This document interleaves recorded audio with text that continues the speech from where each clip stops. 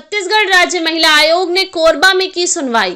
कार्यपालन अभियंता के विरुद्ध आयोग ने विभागीय कार्रवाई हेतु की अनुशंसा। अनावेदक अपनी पत्नी को भरण पोषण के लिए प्रतिमाह 5,000 देगा। कोरबा छत्तीसगढ़ से सरस्वती मरकाम की रिपोर्ट। छत्तीसगढ़ राज्य महिला आयोग की डॉक्टर अध्यक्ष किरणमयी नायक एवं सदस्य श्रीमती अर्चना उपाध्याय ने शुक्रवार को जिला पंचायत सभा कक्ष में महिला उत्पीड़न से संबंधित प्रकरणों पर जन सुनवाई की। राज्य महिला आयोग की अध्यक्ष डॉक्टर किरणमयी नायक की अध्यक्षता में आज 261वीं व कोरबा जिले की 8वीं सुनवाई हुई। कोरबा जिले में आयोजित जन सुनवाई में आज कुल 25 प्रकरण की सुनवाई की गई। आवेदिका उपस्थित एवं अनावेदिक क्रमांक 2 उपस्थित, अनावेदिक क्रमांक 1 की अनुपस्थित रही। न कोई सूचना है और न ही कारण दिया गया है। आवेदिका ने बताया कि अनावेदिक का स्थानांतरण रायपुर हो गया है। आवेदिका को कहा गया है कि अनावेदिक क्रमांक 1 का नए स्थानांतरण पता और मोबाइल नंबर राज्य महिला आयोग में जमा करें ताकि आगामी सुनवाई में पुलिस थाने के माध्यम से उपस्थित कराया जा सके। अनावेदिका क्रमांक 2 ने यह जानकारी दिया कि आवेदिका की शिकायत पर आंतरिक परिवाद समिति का गठन किया गया था, जिसकी वह सदस्य थी, जिसके 5 सदस्य और थे। 2 वर्ष में उस समिति ने संपूर्ण जांच में यह पाया कि अनावेदक दोषी है। अनावेदिका ने महिला आयोग के पास शिकायत कराया है कि आंतरिक परिवार समिति की जाँच रिपोर्ट अप्राप्त है। आवेदिका ने यह भी बताया है कि अनावेदक को दोषी पाए जाने पर उनके खिलाफ विभागीय कार्यवाही की अनुशंसा की गई है।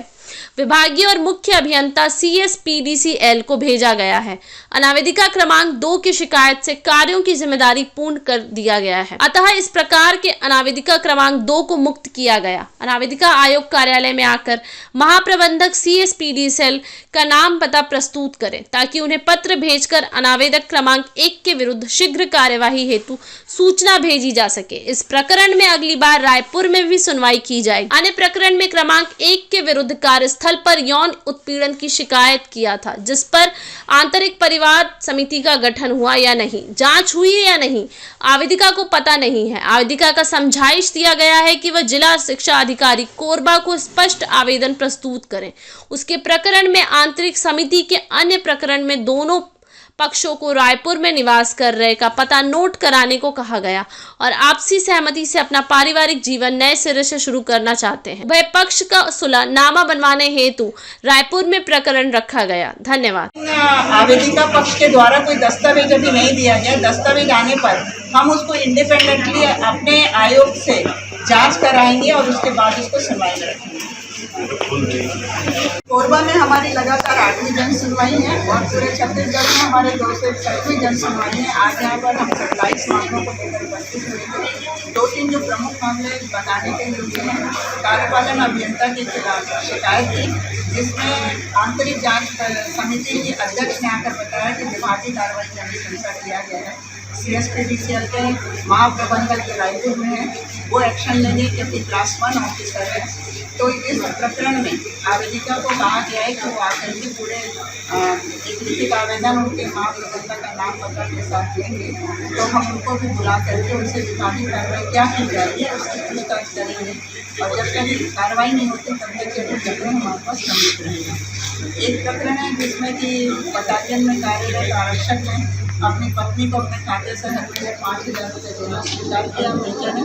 तो उस प्रकरण को सचिव की प्रशासिका को सुपुर्द किया गया है कि वो उसकी पूरी लिखापढ़ी कराएंगे।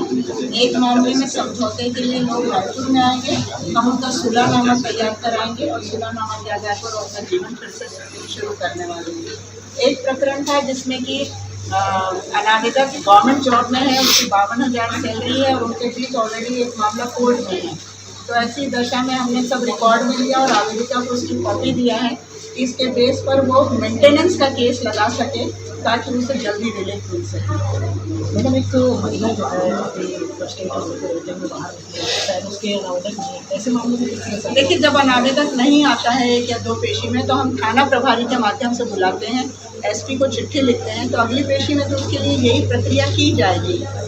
अब और उससे ज़्यादा तो मैं कुछ कह नहीं सकता। नया कानून महिला संबंधी अपराधों में इस तरह परिवर्तन हुआ है, कितना मिसयूज होगा, कितना आयोग के काम काज पर डिटेल में पढ़ने का विषय है और मैं अभी नई पुस्तक को मंगाई जरूर हूँ पर पूरा अध्ययन नहीं कर पाई हूँ तो मैं नहीं बता पाऊँगी। आयोग के पर्सपेक्टिव से अगर देखें तो कोई परिवर्तन आया आयोग के काम काज में नए कानून के अस्तित्व में आने के बाद? नहीं, देखिए, नया कानून जो है वो पुलिस की वर्किंग के लिए, Indian penal code, CRPC evidence के लिए है।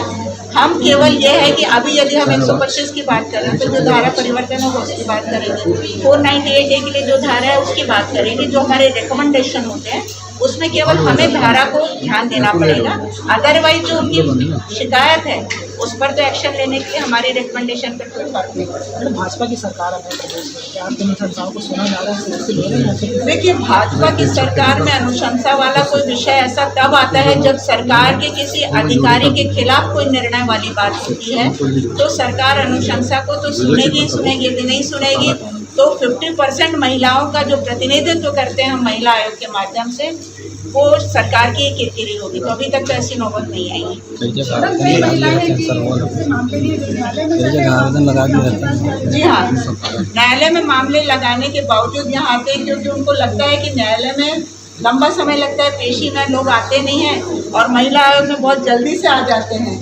इस वजह से महिलाओं का विश्वास महिला आयोग पर ज़्यादा है, पर जब उनको समझाते हैं तो फिर वो न्यायालय के प्रकरण से ही उनका निराकरण होता है।